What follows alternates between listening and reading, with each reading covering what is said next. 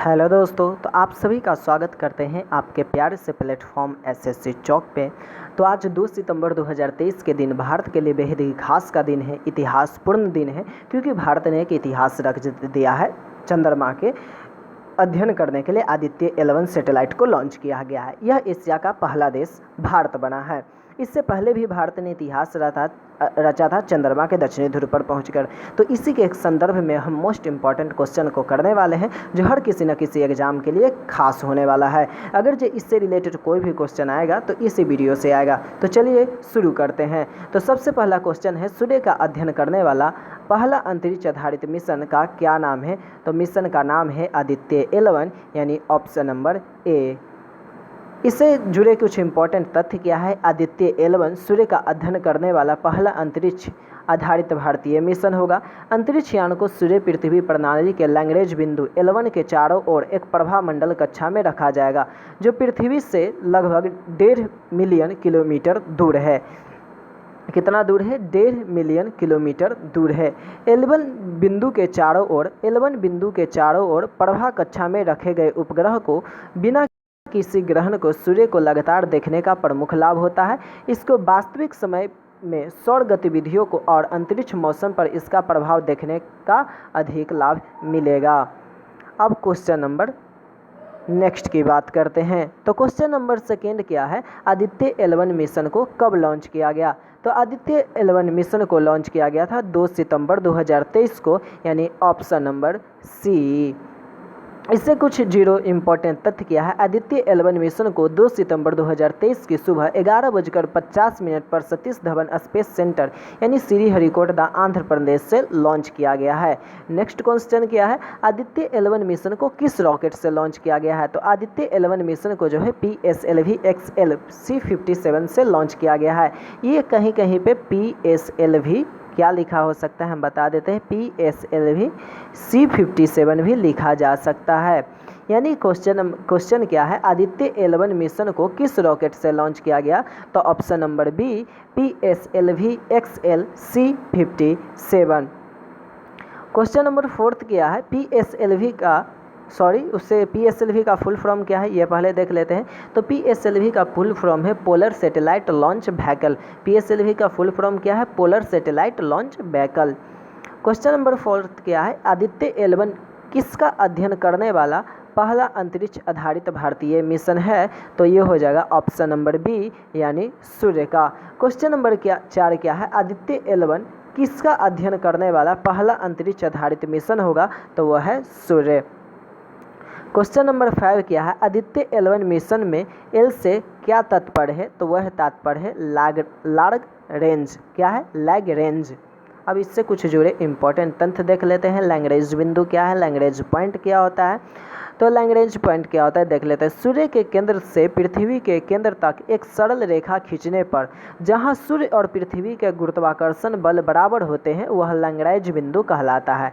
Lagrange बिंदु पर सूर्य और पृथ्वी का गुरुत्वाकर्षण बल समान रूप से लगने पर दोनों का प्रभाव बराबर हो जाता है। इस स्थिति में वस्तु को ना तो सूर्य अपनी ओर खींच पाएगा और न पृथ्वी अपनी ओर खींच सकेगी, और वस्तु उधर में लटकी रहेगी। उधर में लटकी रहेगी। लैग्रेंज बिंदु L1, L2, L3, L4, L5 से निरूपित किया जाता है। इसे धरती से 800 किलोमीटर ऊपर L1 लैग्रेंज बिंदु के आसपास आदित्य 11 को स्थापित करना चाहता है। क्वेश्चन नंबर नेक्स्ट क्या है? क्वेश्चन नंबर जो 6 है, आदित्य 11 मिशन को किस स्पेस एजेंसी ने लॉन्च किया गया? तो हमारा अपना प्यारा देश भारत का space agency ISRO. Aditya 11 mission को किस स्पेस एजेंसी ने लॉन्च किया गया? तो इसरो का फुल फॉर्म क्या है? तो इसरो का जो पहले इसरो से जुड़े कुछ इंपॉर्टेंट तथ्य देख लेते हैं। तो इसरो का भारत की स्पेस एजेंसी का नाम है? इसरो क्या है? भारत की एक स्पेस एजेंसी का नाम है। इसरो का फुल फॉर्म है इंडियन स्पेस रिसर्च ऑर्गेनाइजेशन, भारतीय अंतरिक्ष अनुसंधान संगठन इसका हिंदी में नाम है। इसका मुख्यालय कहाँ है? बेंगलुरु कर्नाटका में। स्थापना हुआ था 15 अगस्त 1969 को और इसकी संस्थापक थे विक्रम साराभाई। कौन थे? विक्रम साराभाई। अध्यक्ष कौन है? अभी जो प्रेजेंट के अध्यक्ष है वह है एस सोमनाथ और पहले जो अध्यक्ष थे वह थे विक्रम साराभाई।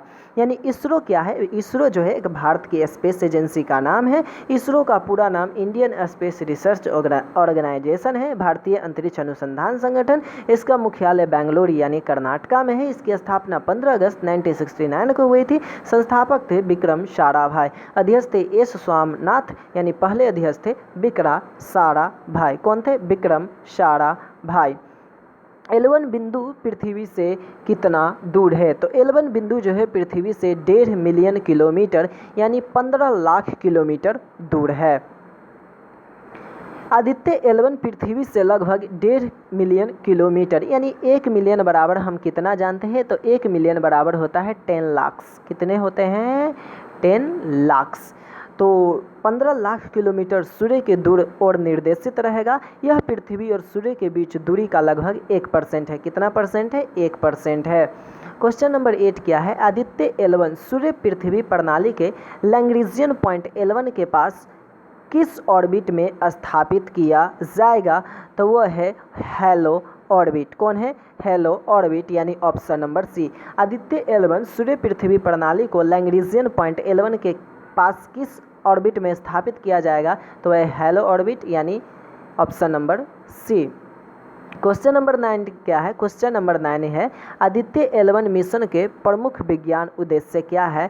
तो सौर ऊपरी वायुमंडल क्रोमोस्फीयर और कोरोना गतिशीलता का अध्ययन, क्रोमोस्फेरिक और कोरोनल हीटिंग का अध्ययन, सन अर्थ लैग्रेंजियन पॉइंट 1 यानी L1 की कक्षा से सूर्य का अध्ययन और सौर प्रभामंडल का अध्ययन यानी ऑल ऑफ द अबव यानी ऑप्शन ई कट गया है, उपयुक्त सभी होगा। ऑप्शन नंबर ई में था उपयुक्त सभी, तो यहाँ क्वेश्चन नंबर 9 का जो आंसर होगा वो क्या होगा? उपयुक्त सभी। नेक्स्ट क्वेश्चन की ओर बढ़ते हैं। क्वेश्चन नंबर 10 क्या है? लैग्रेंज, इसको भी स्टार लगा लो, इसको भी कितना स्टार लगा लो? इसको भी 2 स्टार लगा लो। लैग्रेंज पॉइंट 1 का नामकरण किस इतालवी फ्रांसीसी गणितज्ञ के नाम पर किया गया? तो किया गया था जोसेफ लुइस लैग्रेंज। कौन? Joseph Louis Lagrange. Joseph Louis Lagrange. यानी क्वेश्चन नंबर 10 क्या है? लैग्रेंज पॉइंट 1 का नामकरण किस इतालवी फ्रांसीसी गणितज्ञ के नाम पर किया गया था? तो ऑप्शन नंबर ए यानी जोसेफ लुइस लैग्रेंज। ठीक है। क्वेश्चन नंबर 11 क्या है? आदित्य L1 मिशन को शुरुआत में क्या नाम दिया गया था? तो आदित्य L1 मिशन को जो शुरुआत में नाम दिया गया था वह नाम दिया गया था आदित्य 1। क्या दिया गया था? आदित्य 1। ठीक है। इससे कुछ जुड़े इंपॉर्टेंट देख लो। आदित्य L1 मिशन को शुरुआत में आदित्य 1 नाम दिया गया था। इससे सूर्य और पृथ्वी को लैग्रेंज बिंदु 1 या L1 को हेलो ऑर्बिट में स्थापित किया जाएगा।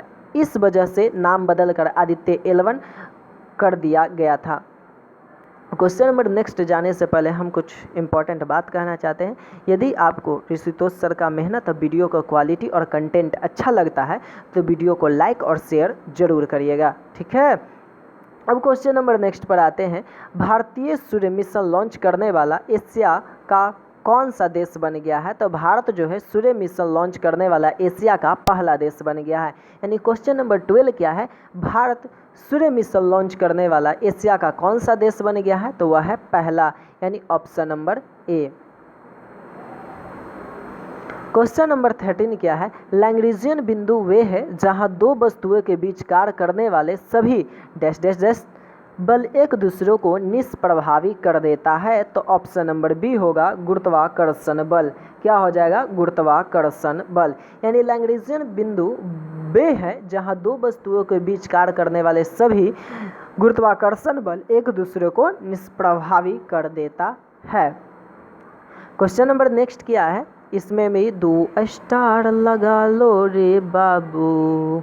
चलो क्वेश्चन नंबर नेक्स्ट की बात करते हैं। आदित्य 11 मिशन लॉन्चिंग के ठीक कितने दिन बाद यह अपने पॉइंट 11 तक पहुंचेगा? तो वह पहुंचेगा 127 यानी 127 दिन के बाद। यानी क्वेश्चन नंबर 14 क्या है? आदित्य 11 मिशन लॉन्चिंग के ठीक कितने दिन बाद यह अपने पॉइंट 11 तक पहुंचेगा? तो वह है 127 दिन।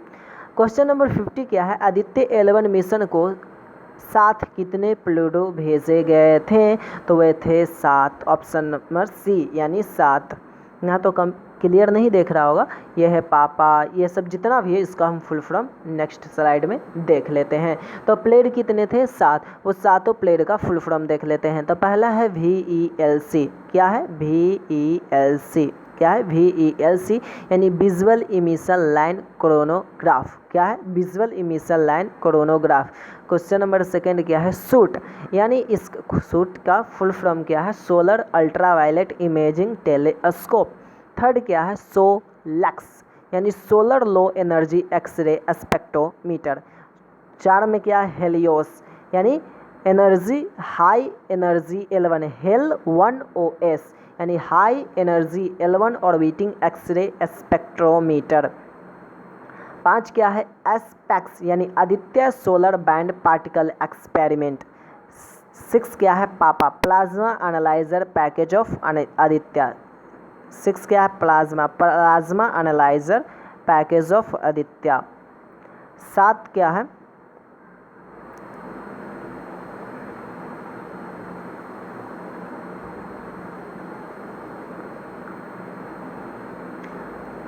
सात है advance tri axial high resolution digital magnetometer. 7वां क्या है? Advance tri axial high resolution digital magnetometer. अब इससे कुछ इम्पोर्टेंट तथ्य देख लेते हैं। विजुअल इमिशन लाइन क्रोनोग्राफ यानी VELC सूर्य के वायुमंडल के सबसे बाहरी भाग यानी कोरोना, सौर कोरोना और सूरज में होने वाली सबसे शक्तिशाली विस्फोटकों यानी कोरोनल मास इंजेक्शन की गतिशीलता का अध्ययन करेगा। सोलर अल्ट्रावायलेट इमेजिंग टेलीस्कोप यानी स्वीट नामक प्लूड अल्ट्रावायलेट यानी UV के निकट सौर प्रकाश मंडल और क्रोमोस्फीयर की तस्वीर लेगा। और Aditya solar wind particle experiment यानी एस्पेक्स और plasma analyser package for Aditya यानी पापा प्लेड सौर पवन और शक्तिशाली आयनों के साथ साथ उनके ऊर्जा वितरण का अध्ययन करेंगे। Solar low energy x ray spectrometer यानी सोलैक्स और high energy L1 orbiting x-ray spectrometer Helios विस्तृत एक्सरे ऊर्जा रेंज में सूर्य से आने वाली एक्सरे किरणों का अध्ययन करेगा। मैग्नेटोमीटर प्लेटों को L1 बिंदु पर 2 ग्रहों के बीच की चुंबकीय क्षेत्र को मापने के लिए बनाया गया है। क्वेश्चन नंबर नेक्स्ट यानी 16 क्या है? आदित्य 11 मिशन की अवधि कितनी है? तो आदित्य 11 मिशन की अवधि है लगभग 5.2 वर्ष। कितना है? 5.2 वर्ष। क्वेश्चन नंबर 17 क्या है? इसरो के आदित्य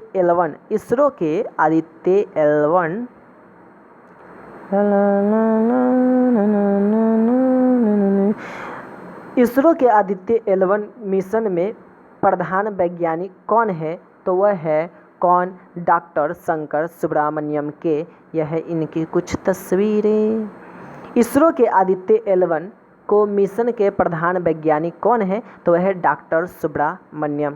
ठीक है, इससे कुछ इम्पोर्टेंट है। आदित्य 11 मिशन के प्रोजेक्ट निदेशक निगार साजी। आदित्य 11 अंतरिक्ष यान के लिए बने कंट्रोल सिस्टम ग्रुप की प्रोजेक्ट मैनेजर ज्ञात्री मल्होत्रा। कौन है? ज्ञात्री मल्होत्रा। क्वेश्चन नंबर 18 क्या है? आदित्य 11 सौर मिशन का कुल द्रव्यमान कितना है? तो वह द्रव्यमान कितना है? तो वह है 1475 किलोग्राम। कितना है? 1475 किलोग्राम।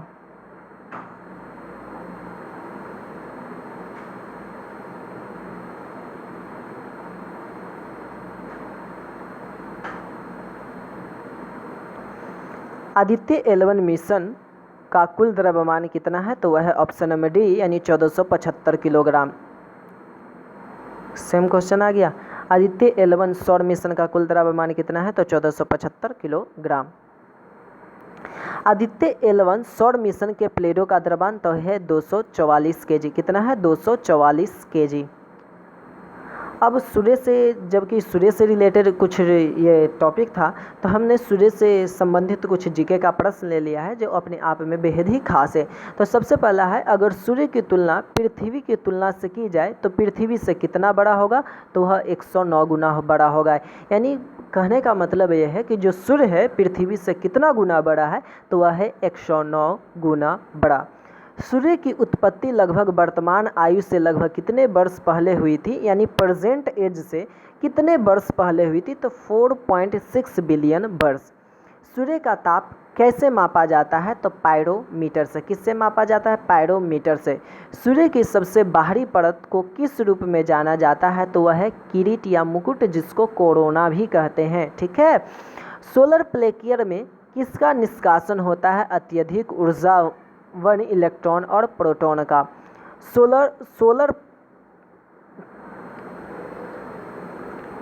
सोलर फ्लेयर से पृथ्वी की रक्षा कौन करता है? तो पृथ्वी का चुंबकीय क्षेत्र करता है। कौन करता है? पृथ्वी का चुंबकीय क्षेत्र। सूर्य के सतह का तापमान लगभग कितना होता है? जो सूर्य के सतह का जो तापमान होता है, यानी सूर्य का जो बाहरी परत होता है, उसकी तापमान होता है 6000 डिग्री सेल्सियस। ठीक है। कितना होते हैं? 6000 डिग्री सेल्सियस। सूर्य के चारों ओर अपनी कक्षा में पृथ्वी की अनुमति गति यानी किस किलोमीटर पर सेकेंड? तो 30। ठीक है। सूर्य के प्रकाश को धरती तक आने में लगभग कितना समय लगता है? तो 8.16 मिनट। 8.16 मिनट या 8.20 सेकेंड। 8 मिनट 20 सेकेंड भी लिख सकते हैं। 8 मिनट 16 सेकेंड या 8 मिनट 20 सेकेंड। ठीक है। जो ऑप्शन में रहेगा उसको मारिएगा। सूर्य विभिन्न गैसों से मिलकर बना है, उनका नाम और प्रतिशत कितना है? तो सूर्य जो है विभिन्न गैसों से मिलकर बना है, जिसमें हाइड्रोजन है 70%, हीलियम है 28%। सूर्य और पृथ्वी के बीच की अधिकतम दूरी को क्या कहा जाता है? तो एपीहेलियन यानी अपसौर। सूर्य और पृथ्वी के बीच की न्यूनतम दूरी को क्या कहते हैं? पेरिहेलियन यानी उपसौर। सूर्य की सतह क्या कहलाती है? प्रकाश मंडल यानी फोटोस्फीयर। सूर्य ग्रहण कब होता है? चंद्रमा सूर्य ग्रहण कब होता है? जब चंद्रमा जो है सूर्य और पृथ्वी के बीच में आ जाता है, यानी सूर्य है फिर पृथ्वी है। मान लो कि यह क्या है? सूर्य है। देखो यह सूर्य है। ठीक। ये इसको पृथ्वी मान लो, नीला वाला है जिसको पृथ्वी मान लो, और इसको सूर्य मान लो। ठीक है। अब वाइट वाला दिखेगा? नहीं, वाइट वाला नहीं दिख रहा है, तो इसको किससे बना देते हैं? हाँ, इससे बना दें। ये तो वाइट है। अरे बाबा। हाँ, तो सूर्य ग्रहण कब होता है? जो देखो, तो यह क्या है? यह जो है, ये जो है सूर्य है। ये ओहो, ये क्या है? ये जो है सूर्य है। ये क्या है? सूर्य है। और ये क्या है? पृथ्वी है। और इसके बीच में क्या आ गया? चंद्रमा। तो जब सूर्य और पृथ्वी के बीच में चंद्रमा आ जाता है तो क्या होता है? सूर्य ग्रहण होता है। ठीक है। यदि वीडियो अच्छा लगा हो तो लाइक और चैनल का सब्सक्राइब कर दीजिएगा। इसी तरह से ट्रेंडिंग टॉपिक आते रहेगी आपके एग्ज़ाम के पॉइंट ऑफ व्यू से। तो थैंक यू, धन्यवाद।